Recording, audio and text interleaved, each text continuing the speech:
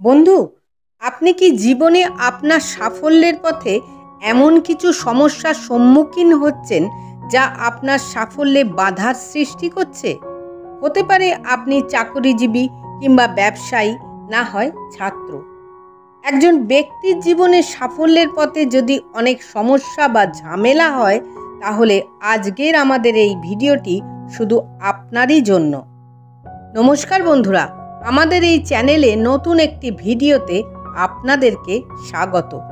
আজ আমরা এই ভিডিওতে বলতে চলেছি ভগবান শিবের এমন একটি শক্তিশালী বৈদিক মন্ত্রের কথা, যা শুধুমাত্র সাফল্যই নয়, এই মন্ত্রটি একজন ব্যক্তির জীবনে নতুন ও উজ্জ্বল সুযোগও এনে দিতে পারে। তবে এই বৈদিক মন্ত্র পাঠ করার বা জপ করার বিশেষ কিছু নিয়ম আছে। আজ আমরা তাই মন্ত্রের কথা বলার আগে বলবো মন্ত্র জপের সেই নিয়মগুলি। প্রথমত, এই বৈদিক মন্ত্রটি শুধুমাত্র নির্দিষ্ট দেবতার উদ্দেশ্যে নির্দিষ্ট মনোকামনা নিয়ে জপ করতে হবে।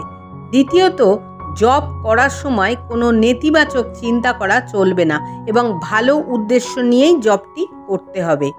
তৃতীয়ত, জপ ও উচ্চারণ সঠিক হতে হবে।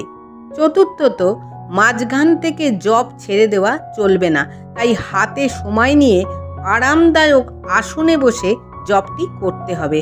অর্থাৎ জপের সময় আপনার পরিবেশটি বা পরিস্থিতিটি যেন আপনাকে অস্বস্তিকর অবস্থায় না নিয়ে যায়।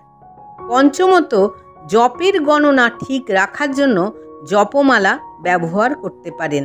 ষষ্ঠত, এই মন্ত্র এতটাই শক্তিশালী যে মন্ত্রের শব্দগুলি যেন আপনার শরীরকে ঘিরে থাকে। মন্ত্রটি কমপক্ষে 108 বার জপ বা পাঠ করুন এবং সেই সঙ্গে আপনার মনোবাসনাটি জানাতে থাকুন, যতদিন না পর্যন্ত সেই মনোকামনাটি পূরণ হচ্ছে। তাহলে এইবার গভীর একটি শ্বাস নিয়ে মন্ত্রটি উচ্চারণ করুন। মন্ত্রটি হলো ওম হিলি হিলি শূলপাণেয় নমঃ। ওম হিলি হিলি শূলপাণেয় নমঃ।